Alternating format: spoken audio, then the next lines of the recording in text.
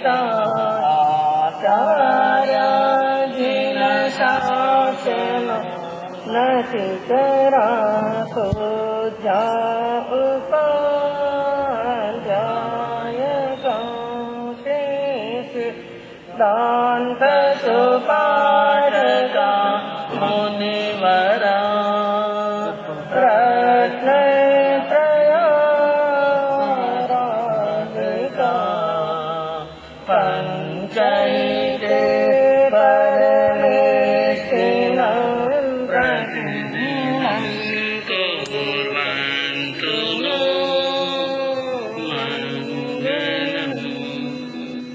मंगलम् भगवान् वीरो मंगलं गौतम प्रभो मंगलं सोलिभद्रा जैन धर्मोऽस्तु मंगलम् अज्ञानं तिमिरान्धस्य ज्ञानाञ्जनशलाकया चक्षुरुन्मिलितं येन तस्मै श्रीगुरवे नमः। सत्त्वेषु मैत्री गुणेषु प्रमोदम् क्लेशेषु धीमेषु कृपापरत्वम् मादशभावम् विपरीतवृत्तौ सदा ममात्मा विदधातु देव सदा ममात्मा विदधातु देव।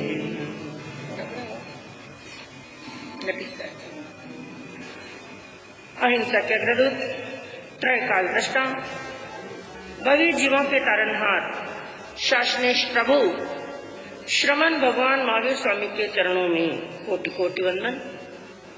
दीन दुखियों के मसीहा, करुणा के सागर, परम पूज्य गुरुदेव श्रमण सूर्य मर्दर के श्री मिश्री मंजी महाराज साहब के चरणों में कोटि कोटि वंदन। पाठ पर विराजमान परम श्रद्धेय परम विदुषी मधुर व्याख्यान ने सरल मना पूज्य गुरुदेव जी महाराज साहब के चरणों में कोटि कोटि वंदन। धर्म प्रेमी बंधुओं, शीलवती माताएं बहनों, कल आपके सामने प्रसंग चला था और वांचन चला था श्रीमद उत्तराध्ययन सूत्र के 13वें अध्ययन का चित्त और संबोध, जिनके पूर्व के 5 भवों की कथा का आपने वर्णन श्रवण किया कि किस प्रकार 5 भवों तक साथ में रहने वाले और 5 ही भवों के अंदर देवलोक के भव को छोड़कर के बाकी 4 भवों के अंदर एक ही माँ की कुक्षी से जन्म लेने वाले सगे भाई और देवलोक के अंदर भी एक साथ में रहने वाले 2 देव, छठे भव के अंदर दोनों क्या हो जाते हैं? बिछुड़ जाते हैं, अलग अलग हो जाते हैं। एक का जन्म राजघराने के अंदर होता है जो आगे चल करके ब्रह्मदत्त चक्रवर्ती के नाम से विख्यात होते हैं, जो इस अवसर्पणी काल के अंतिम चक्रवर्ती हुए, 12वें चक्रवर्ती हुए। और इधर एक का जन्म पुरीमताल नगरी के अंदर बड़े सेठ धनसार नाम के सेठ के घर के अंदर हुआ, जिनका नाम रखा गया गुणसार। और उन्होंने संतों की वाणी सुनी, वैराग्य आया और दीक्षा को अंगीकार कर लिया। और इधर दीक्षा को अंगीकार करने के बाद में गुणसार मुनि ने कई प्रकार की तपस्याएं की, कई प्रकार की साधनाएं की, कई लब्धियां और सिद्धियां प्राप्त की। और लब्धियां और सिद्धियां प्राप्त करने का फल क्या हो गया कि उन्हें अवधि ज्ञान की भी प्राप्ति हो गई। और अवधि ज्ञान से उन्होंने देखा कि हम 5 भवों तक 2 आत्माएं एक साथ में रही और हमारे दोनों के बीच में परम प्रीति थी, परम प्रेम था। दोनों एक दूसरे के साथ में रहने वाले, एक दूसरे से प्रेम करने वाले, लेकिन छठे भव के अंदर हम बिछुड़ गए हैं। एक मेरा भाई चक्रवर्ती बन गया है, लेकिन वो भोगों में लिप्त है, क्योंकि अवधि ज्ञान से कई प्रकार का अवधि ज्ञान होता है, कई प्रकार की अवधि ज्ञान की मर्यादा होती है। तो अवधि ज्ञान से उन्होंने जान लिया मेरा भाई भोगों के अंदर लिप्त है, इसलिए मेरा कर्तव्य है कि मैं वहां पर जाऊं और उनको जगाऊं कि जैसे हमने पहले दीक्षा अंगीकार की थी, इसलिए तुम भी भोगों का त्याग कर दो और भोगों को छोड़ करके, राज रिद्धि को छोड़ करके संयम के मार्ग पर अग्रसर हो जाओ, ताकि दोनों मिलकर के एक साथ में ऐसी करनी करें कि जैसे पहले साथ में रहे थे वैसे मोक्ष में भी क्या रहे, साथ में लक्ष्य को, अंतिम लक्ष्य को प्राप्त करें। तो ऐसा एक लक्ष्य लेकर के वो मुनि विहार करते करते, जहाँ पर ब्रह्मदत्त चक्रवर्ती का राज्य था, जिस नगरी का नाम था काम्पिल्यपुर, उस नगरी की तरफ मुनिराज ने क्या कर दिया, विहार कर दिया। और इधर देखिए ब्रह्मदत्त चक्रवर्ती के साथ में क्या होता है। एक बार राजसभा लगी हुई थी और ब्रह्मदत्त चक्रवर्ती अपने सिंहासन पर बैठे थे, पूरी राजसभा ठटाठट भरी हुई थी। उस समय राजसभा के अंदर कुछ नृत्य करने वाले आए, संगीत गायन करने वाले कुछ लोग आए। उन्होंने राजा से आज्ञा मांगी, आपकी आज्ञा हो तो हम अपनी कला का प्रदर्शन करना चाहते हैं। ब्रह्मदत्त ने आज्ञा दी और जब उनको आज्ञा मिली तो सभी वहां पर अपना नृत्य बताने लगे और नृत्य के अंदर वहां पर मधुकरी नाम का गीत गाने लगे। उस नृत्य को देखा, उस संगीत को सुना, उस नृत्य के अंदर ब्रह्मदत्त इतना डूब गए, उस गीत के अंदर ऐसा डूब गए, उनको धीरे धीरे ऐसा महसूस होने लगा, मैंने ऐसा नृत्य और संगीत कहीं पर सुना है और देखा है। क्योंकि आपके साथ में भी कई बार हो सकता है ऐसा हुआ हो, हमारे साथ में भी कई बार ऐसा होता है, किसी जगह पर, नई जगह पर जिंदगी में पहली बार गए, कभी उस जगह को देखा नहीं, लेकिन कई बार ऐसा चिंतन आता है, दिमाग के अंदर कुछ ऐसी यादें आती हैं, ऐसा लगता है ये स्थान कुछ जाना पहचाना सा है, ये स्थान हमने देखा हुआ है, ये दृश्य हमने देखा हुआ है, इसका कारण क्या है। इस भव के अंदर तो नहीं देखा है, पहले के किसी न किसी भव के अंदर अवश्य ही देखा है। और शास्त्रों के अंदर बताया गया, एक पॉइंट के ऊपर ही, एक विषय के ऊपर ही यदि हम गहरा चिंतन करते रहे, मैं कहूँ पिछले भव की बात छोड़ो, इस भव के अंदर भी कोई घटना आज हमारे साथ में हुई और कल उस घटना को भूल गए, साल निकला, 2 साल निकला, 4 साल निकला और उस घटना को भूल जाते हैं। और 15-20 साल के बाद में कोई ऐसी घटना सामने आती है कि 20 साल पहले का दृश्य आंखों के सामने, ऐसा होता है। वो कब आता है, जब हमने दिमाग पर क्या देते हैं, जोर देते हैं, उस घटना को देखते हैं और दिमाग पर जोर देते हैं।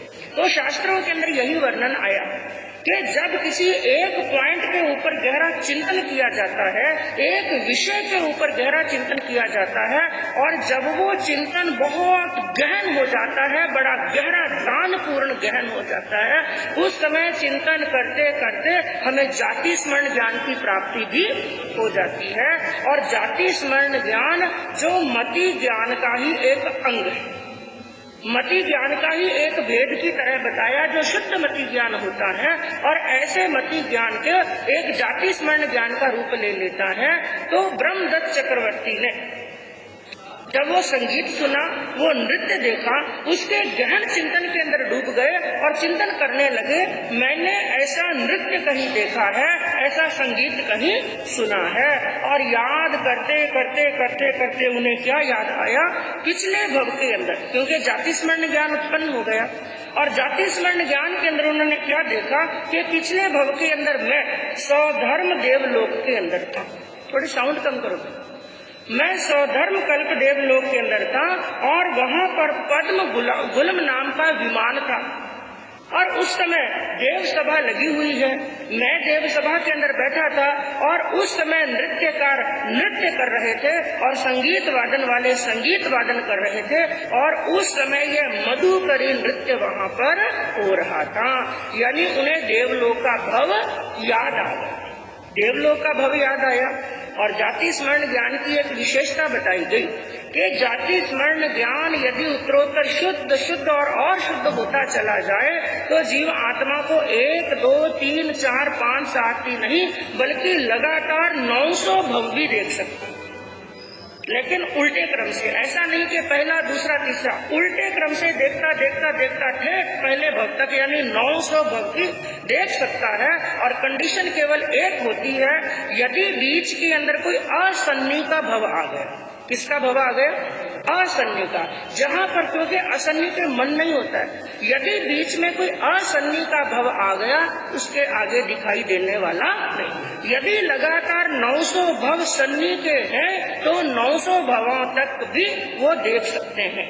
तो ब्रह्मदत्त चक्रवर्ती ने क्या देखा? पहले देवलोक का भव देखा और उसके आगे और चला तो उसने देखा कि मेरा जन्म चंडाल कुल के अंदर हुआ था। उसके आगे देखा कि मैं हंस के रूप में था। उसके आगे देखा मैं हिरण के रूप में था। उसके आगे देखा मैं दासी पुत्र के रूप में था। और साथ में एक बात और देखी, मैं अकेला नहीं था, मेरा भाई साथ में था। हम 5 भवों तक एक साथ में रहे।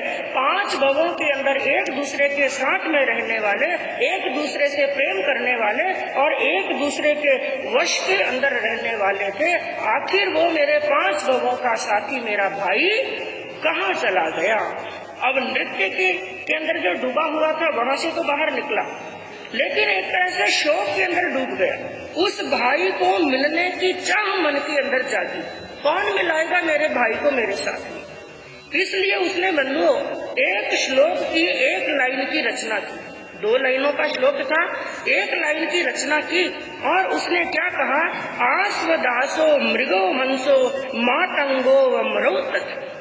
जिसके अंदर क्या आ गया था कि आश्वदासो, हम लोग पहले दासी पुत्र के रूप में थे, मृगो फिर मृग के रूप के अंदर थे, हंसो फिर हंस के रूप के अंदर थे, फिर मातंगो हमने एक चंडाल के घर के अंदर जन्म लिया, फिर हम देव बने और आज हम बिछुड़ गए। यानी इस गाथा का अर्थ वही जानेगा जो मेरा भाई था। तो 1 लाइन की उसने रचना की और लाइन की रचना करके राज्यसभा के अंदर घोषणा कर दी, जो व्यक्ति इस लाइन की दूसरी लाइन की पूर्ति करेगा, जो दोनों लाइनें बना करके श्लोक को पूरा करके इस गाथा को पूरा करके मेरे सामने लाएगा, उसको मैं अपना आधा राज्य दे दूंगा। कितना राज्य? और चक्रवर्ती का राज्य कितने खंड में होता है? 6 खंड के राज्य में से केवल 1 लाइन को बनाना है, श्लोक की पूर्ति करनी है और मैं उसको आधा राज्य देने के लिए तैयार हूँ। जब ये समाचार पूरे कांपिल्यपुर नगरी के अंदर आग की तरह फैल गए, और कौन नहीं चाहता आधा राज्य प्राप्त कर, सभी के कंठस्थ हो गई ये लाइन। सभी लोग गुनगुनाने लगे, इसकी पूर्ति करने लगे और कई पूर्ति कर करके राजा के पास में लाने लगे, लेकिन ब्रह्मदत्त संतुष्ट नहीं हुए। आखिर इस लाइन की पूर्ति कोई नहीं कर पाया और अब ब्रह्मदत्त का मन उचट गया। राज्य में भी मन नहीं लगता है और रोज हर रोज प्रतिक्षण प्रतिपल अपने भाई की क्या आती है? याद आती है। और इधर देखिए वो मुनिराज विचरण करते करते विहार करते करते उसी कांपिल्यपुर नगर के अंदर एक बगीचे के अंदर आकर के विराजमान हुए। मुनि वहां पर विराजमान है और वहां पर पास में ही एक खेत के अंदर उस बगीचे के अंदर एक किसान काम कर रहा था।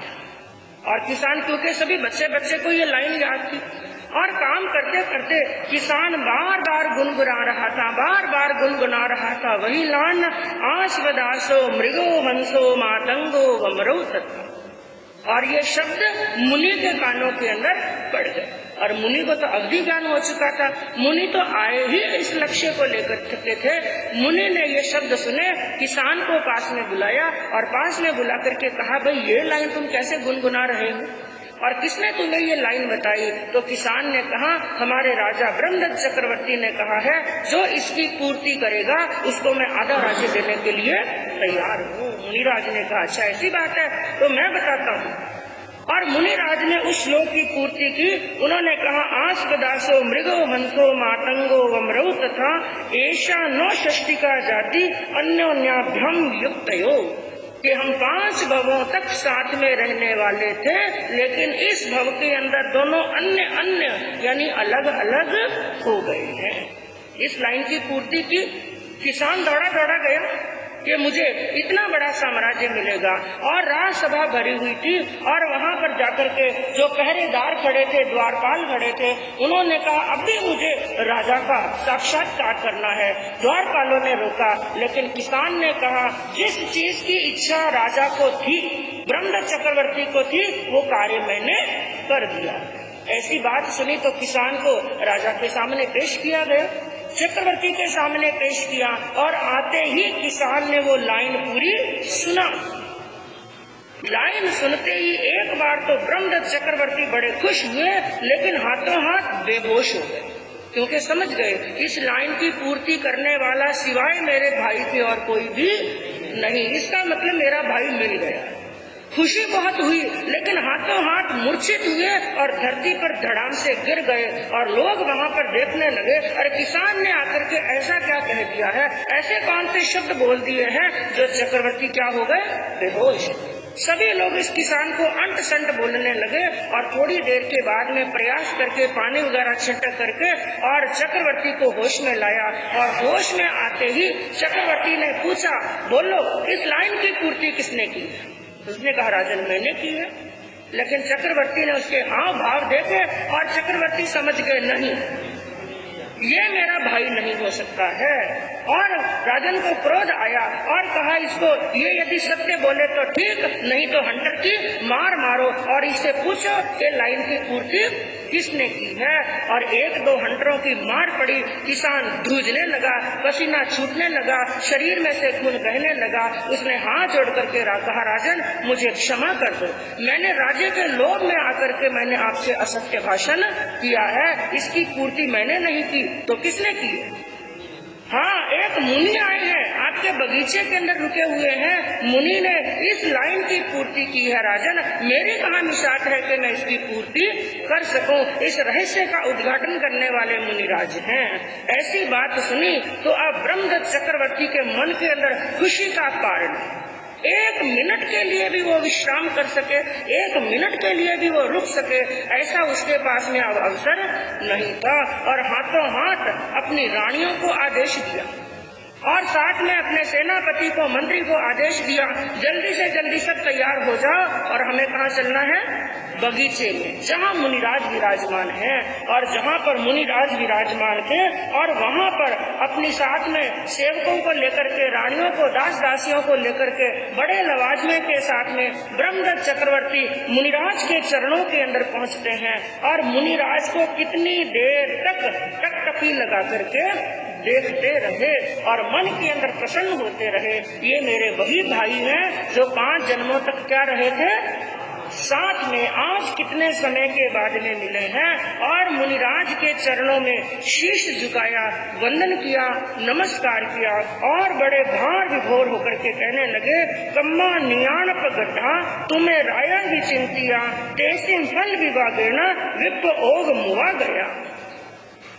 तब चक्रवर्ती वहाँ पर कहने लगे पहले अपने भाई मुनि को कि हम दोनों एक दूसरे के साथ में रहने वाले थे, महारिद्धिशाली देव भी हम बने थे, दासी के पुत्र भी बने थे, हम मृग भी बने थे, हंस भी बने थे, और चंडाल के कुल के अंदर भी जन्म लिया था।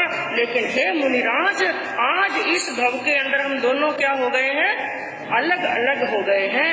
ये बात सुनकर के मुनिराज ने क्या कहा कि हे राजन, तुमने निदान कर लिया था। क्या कर लिया था? निदान। क्योंकि उसने प्रश्न किया, क्या कारण हुआ कि हम 5 भवों में साथ रहने वाले दोनों भाई क्या हो गए? अलग। इसका कारण क्या? क्योंकि आप तो संत हैं, मुनि हैं, और सब जानते हैं, तो मुझे बताइए हम दोनों अलग क्यों हो गए? तो इसका कारण बताते हुए मुनिराज ने कहा कि हे राजन, तुमने पिछले भव के अंदर क्या कर लिया था?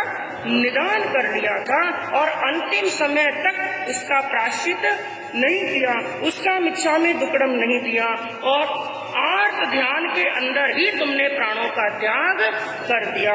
उस निदान करने का फल क्या हुआ कि तुम चक्रवर्ती बन गए हो और मैं एक संत बन गया। दोनों क्या हो गए हैं? अलग। ये बात सुनी तो चक्रवर्ती के मन के अंदर एक और प्रश्न पैदा हुआ कि मैं चक्रवर्ती बन गया हूँ और आप एक संत बन गए हैं, और पिछले भव के अंदर भी दोनों संत थे और दोनों ने क्या की थी, साधना की थी, संयम का पालन किया था। तो चक्रवर्ती के मन के अंदर एक प्रश्न आया और वो कहने लगे, सच सोयप वडाय कम्मा मैं पूरा कड्डा ते अज पर गुंजामो किन्नो चिते विषता।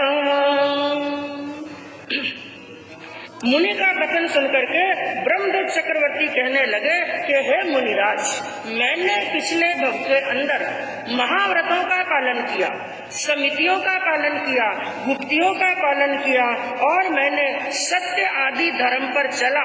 शौच युक्त, शौच का अर्थ होता है आत्मशुद्धि पूर्वक मैंने धर्म का आराधन किया, संयम का पालन किया, और उस करने का, ऐसा कार्य करने का फल क्या हुआ कि मैं क्या बन गया हूँ, चक्रवर्ती। इतना बड़ा राज्य मिला है, 6 खंड की रिद्धि मिली है, तो मेरे कर्मों का फल तो मुझे मिल गया। मैंने जो साधना की उसका फल तो मुझे मिल गया है, लेकिन क्या चित्त, क्योंकि पिछले जन्म का नाम मुनि का क्या था, चित्त मुनि। और आपको बताया गया इस अध्ययन के अंदर दोनों को पिछले भव के नाम से ही संबोधित किया। तो ब्रह्मदत्त चक्रवर्ती ने प्रश्न क्या किया कि मैंने जो पिछले भव के अंदर कर्म किए, यानी साधना की, तपस्या की, महाव्रतों का पालन किया, उसका फल मुझे तो मिल गया कि मैं क्या बन गया हूँ, राजा बन गया हूँ, चक्रवर्ती बन गया हूँ। लेकिन क्या है मुनिराज, उसी प्रकार आपके कर्मों का फल आपको भी मिला है या नहीं? कहने का तात्पर्य उसके मन के भाव क्या थे, मुनि समझ गए। मुनि समझ गए कि ये चक्रवर्ती कहना क्या चाहते हैं, आप सामने देखिए तभी समझ में आएगा। तो मुनि समझ गए कि चक्रवर्ती कहना क्या चाहते हैं। वो क्या कहना चाहते थे, चक्रवर्ती ने क्या देखा कि मैं तो एक राजा हूँ, मेरे पास में राज्य है, और राज्य भी कितने खंड का, 6 खंड का, जिनके अधीन 32,000 राजा हैं, क्योंकि चक्रवर्ती से बढ़कर के राज्य किसी के पास होने वाला। तो मैंने तो पिछले जन्म में साधुपना पाला, ऐसे कंटकीर्ण मार्ग पर चला, तो मुझे तो मेरे शुभ कर्मों का फल मिल गया है। लेकिन हे मुनिराज, मुझे ऐसा लगता है आपने जो शुभ कर्म किए, साधुपना पाला, संयम का पालन किया, हे मुनिराज आपको आपके शुभ कर्मों का फल नहीं मिला, क्योंकि आप तो पिछले जन्म में भी साधु थे और इस जन्म में भी क्या हो, साधु हो। ऐसी सोच कब आती है, जब आत्मा के अंदर पूर्ण ज्ञान का प्रकाश नहीं होता है। ऐसी बात सुनी तो कहने का तात्पर्य क्या हुआ, उनको ऐसे लगा मेरे कर्मों का अच्छा फल मुझे मिल गया है, लेकिन चित्त मुनि के शुभ कर्मों का फल इनको नहीं मिला है। ऐसी बात सुनकर के मुनिराज ने बड़े प्रेम से राजा को उत्तर दिया, सर्वं सचिन्नम सफलम ननानाम कड्डानकम मान मोक्षयति अट्ठे ही कामे उत्तमे आयामम पुण्य फलो भवे। ऐसी बात सुनकर के उनकी जिज्ञासा का समाधान करते हुए मुनिराज ने क्या कहा, हे ब्रह्मदत्त, सर्वं सुचिन्नम सफलम नराणाम कड्डानकम मान मोक्षयति। मनुष्यों के किए हुए सभी कर्म सफल होते हैं। सफल होते हैं का मतलब सभी कर्मों का फल अवश्य मिलता है। ऐसा कोई कर्म है ही नहीं कि ये कर्म हमने किया और उसका फल ना मिले।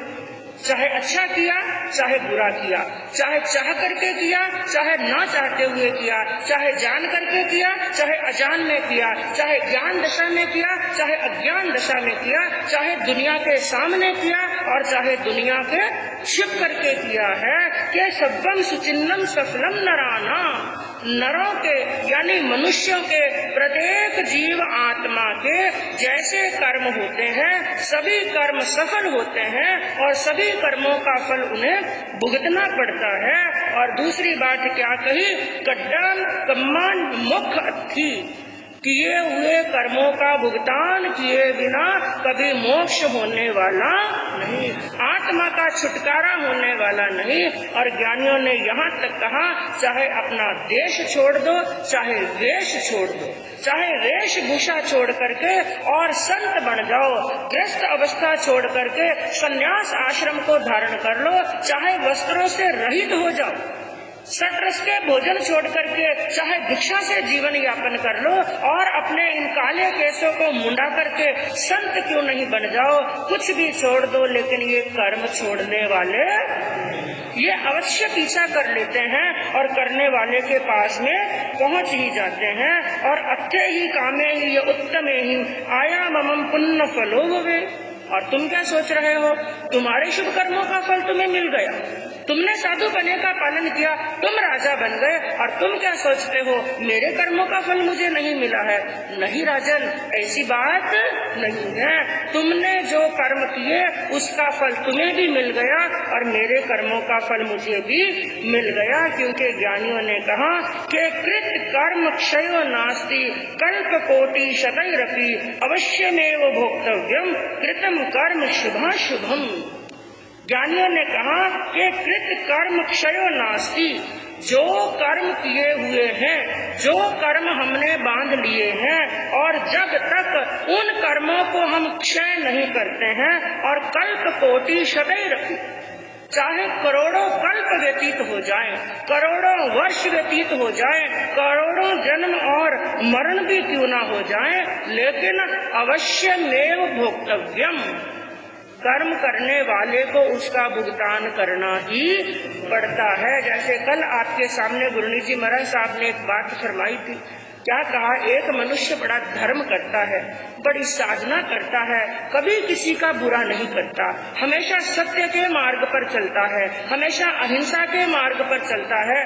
नेक कर्म करने वाला व्यक्ति भी कई बार देखते हैं कि संसार के अंदर वो बड़ा दुखी हो जाता है। कई बार ऐसा होता है, बड़ा साधक है, बड़ा आराधक है, कभी अन्याय किया नहीं, किसी के साथ में धोखा किया नहीं, कपट उसने किया नहीं, कम आया तो कम खाया और ज्यादा आया तो ज्यादा खाया, और दाल रोटी खाकर के भी जो बड़ा आनंद में रहता है, लेकिन फिर भी उसके ऊपर कई बार दुखों का पहाड़ टूटता रहता है। तो उसके मन में क्या विचार आता है। और कई लोग भी यही कहते हैं, अरे भाई ये तो बड़ा धर्म करता है, बड़ा धर्मात्मा है, लेकिन पूरा दिन क्या रहता है, दुखी। और कई बार उस व्यक्ति के खुद के मन में भी यही आ जाता है कि मैं लोगों को देखता हूँ जो पाप करते हैं, गरीबों का धन हड़प लेते हैं, विधवाओं का धन हड़प लेते हैं, दूसरे लोगों का धन हड़प लेते हैं, वो तो क्या करते हैं, बड़े मजे कर रहे हैं। और ऐसा सुंदर देखने में एक घटना नहीं, कई घटनाएं ऐसी हैं कि जिनका जीवन केवल झूठ पर ही चलता है। सत्य बोलना कभी उन्होंने सीखा नहीं, केवल असत्य का सहारा लेते हैं, झूठ का सहारा लेते हैं, और ना जाने कितने लोगों के धन को हड़प लिया, और करोड़ों का धन हड़पने के बाद में डकार भी नहीं लेते हैं। बड़े चकाचक रहते हैं, व्हाइट एंड व्हाइट रहते हैं, चकाचक रहते हैं, और सभा में जाते हैं, सबसे ज्यादा सम्मान उनका ही होता है। हाँ, होता है कि नहीं? हाँ, याद रखना, यहाँ पर सम्मान होता है तो नरक में जूतों की मनवार भी। हाँ, इस दुनिया में अन्याय चल सकता है, इस धरती पर अन्याय चल सकता है, यहाँ की कोर्ट कचहरी में अन्याय चल सकता है, लेकिन याद रखना एक कोर्ट कचहरी ऐसी है और एक अदालत ऐसी है जहाँ पर ना कभी अन्याय हुआ है, ना हो रहा है, और ना ही कभी भविष्य में होगा। क्योंकि ऊपर वाले की लाठी में आवाज नहीं होती है, और जब पड़ती है तो ऐसी जबरदस्त पड़ती है, ऐसी जबरदस्त पड़ती है, उसकी 7 पीढ़ियां भी कभी ऊंची आने वाली नहीं। धर्म का फल अच्छा है और अधर्म का फल बुरा था, बुरा है और बुरा ही रहेगा। यही बात चित्त मुनि ब्रह्मदत्त को समझा रहे हैं। हे ब्रह्मदत्त, ऐसा मत सोचो कि तेरे कर्मों का फल तुझे मिल गया और मेरे कर्मों का फल मुझे नहीं मिला है। कर्मों का फल तो अवश्य सभी को मिला है और अवश्य ही मिलेगा, बस है केवल इतना अंतर। क्या कहा कि अच्छा हो या बुरा, अच्छा हो या बुरा हो, पर कर्मों का फल जरूर मिलता है। अच्छा हो या बुरा हो, पर कर्मों का फल जरूर मिलता है। किसी को जल्दी मिलता है तो किसी को थोड़ी देर में मिलता है, लेकिन मिलता जरूर है।